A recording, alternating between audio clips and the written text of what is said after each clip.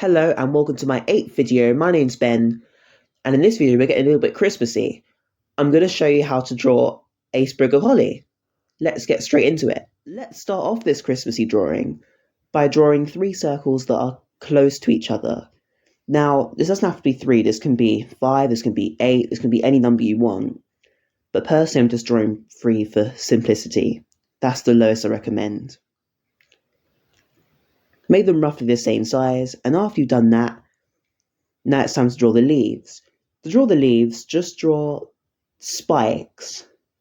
It's like moving, like going outwards and then wrapping around and then back in again. Sort of like mimicking the shape of a regular leaf, but just making it spiky. That's all it is.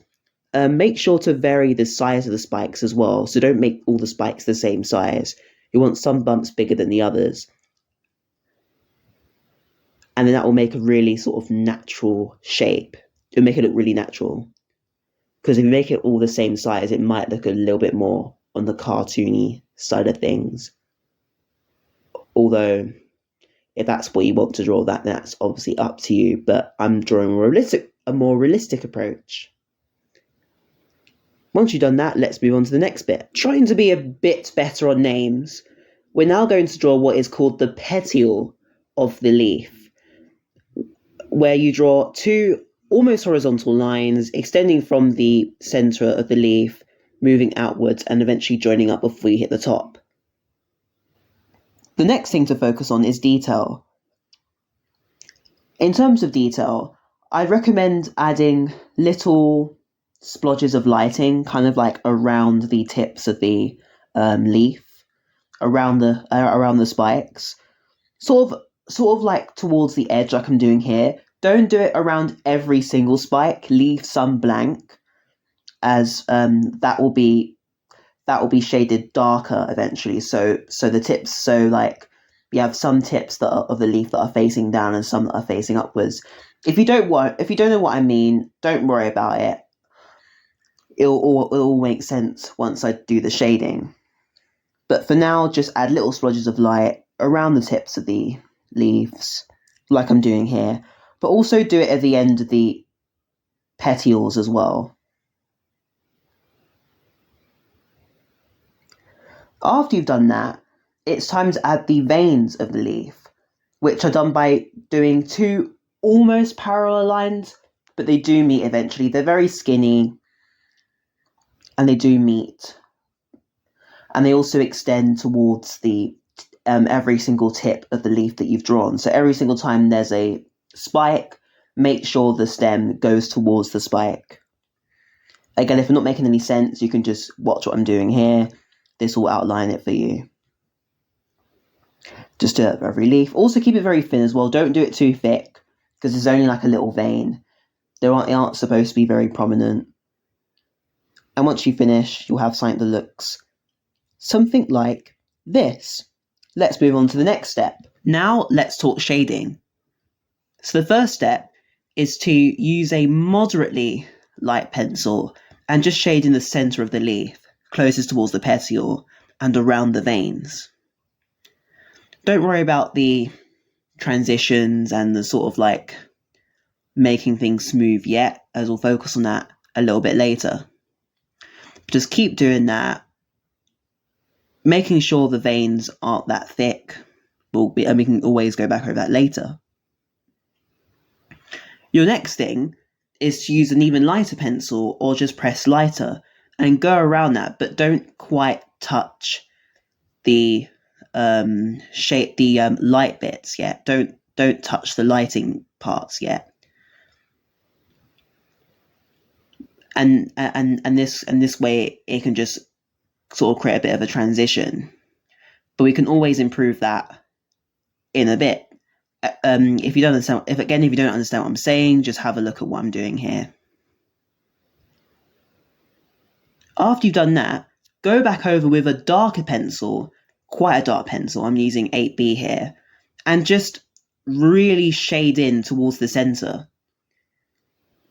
But not just the center, but also try to make it so that between each vein there's like a sort of dark cloud of like tone, I guess, in the middle, like I'm doing here, and that really creates that sort of leaf effect. But also make it close to the actual petiole, as you can see in the middle. Once you've done that, it's time to focus on the lighting. Just use your lighter pencil and then just shade around the lighting. However, any spikes that don't have any lighting on it, you want to actually make darker as you go towards the tip, as this will make it look like the leaf is folding downwards, as some spikes will fold upwards, some spikes might fold down. And the ones that are darker are usually ones that fold down, and that really just creates a sort of 3D effect. Just keep on doing this for all of the spikes. And the final part is to just blend, blend, blend. Just try to make the sort of light areas, the highlight areas, a lot more, like have a much more smoother transition in between the darker tones and the lighter tones. Now make it look a lot more realistic and I guess reflective as well. And also just make sure that your veins are nice and thin, don't make them too thick. And yeah, that's literally pretty much it for the leaf. And again, just do that for every leaf that you have. And when you're ready, let's move on to the berries. And we want our berries to look something like you see here.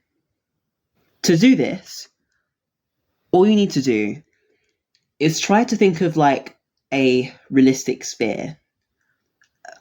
And then all you need to do is just draw like a sort of light sort of mark, sort of circulating round, as you can see here. After you've done that, it's time to think about what your line wants to look like. So you just draw the shape of your highlights. It can be any shape or form. Just make sure it looks more like organic. You know, don't make it too blocky or whatever. And then just take a light pencil and sketch around this lightly.